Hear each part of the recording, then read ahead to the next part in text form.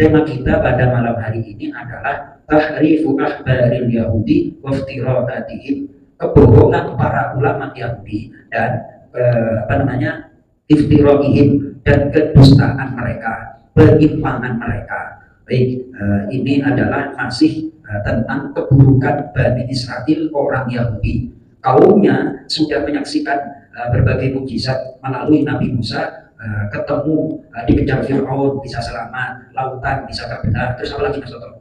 Makanan turun dari langit, masih aja enggak, orang mati bisa dihidupkan kembali. Pilihan itu menyaksikan berbagai macam peristiwa besar, mukjizat yang luar biasa. Ini kelas masyarakat lah, kelas kaumnya itu tetap durhaka, balelo. Nah sekarang itu ganti, yang balelonya itu adalah para petingginya, para ulamanya. Jadi kebohongan atau kedustaan pemuka-pemuka atau ulama-ulama Yahudi dan penyimpangan mereka. Pak Haji Tatang, ayat yang ke-79, silakan. Bismillahirrahmanirrahim.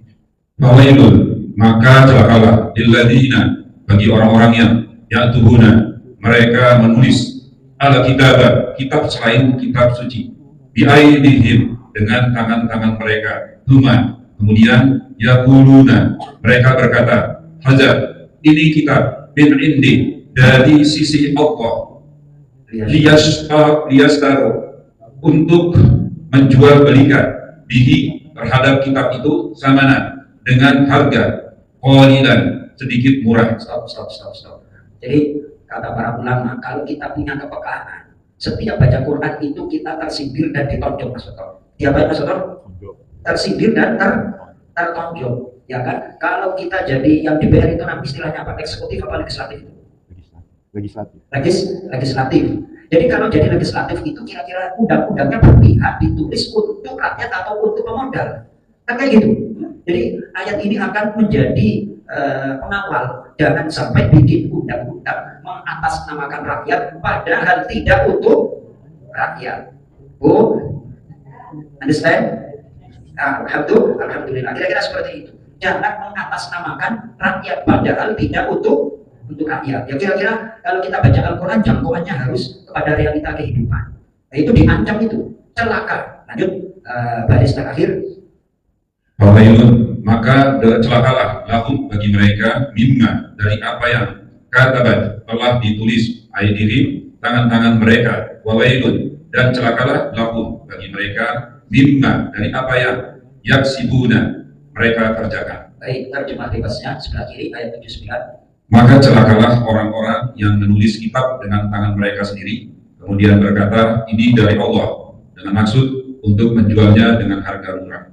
Maka celakalah mereka karena tulisan tangan mereka, dan celakalah mereka karena apa yang mereka perbuat. Baik, ada catatan kaki berapa itu? 37, memasukkan dan mengubah ayat untuk kepentingan dan keuntungan. Ya ceritanya manusia kan sama aja lah Mas Toto, ya kan? Mulai dari dulu itu adalah kepentingan hawa nafsu. Asbabun nuzul, Pak Haji Tatang.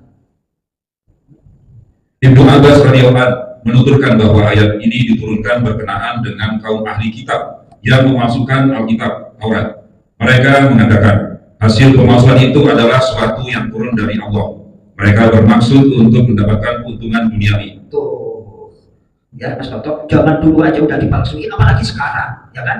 Ada yang jamin, apalagi kitab Injil tuh. Fawailul lilladzina yaktubuna al-kitaba biaydihim. Di sini kan tidak disebut si A si B-nya, Yahudi atau Nasrani, akan tetapi kalau konteksnya adalah tentang kitab Taurat, tapi makna pelajarannya termasuk orang-orang Nasrani tongkanya itu mereka suka ngibulin.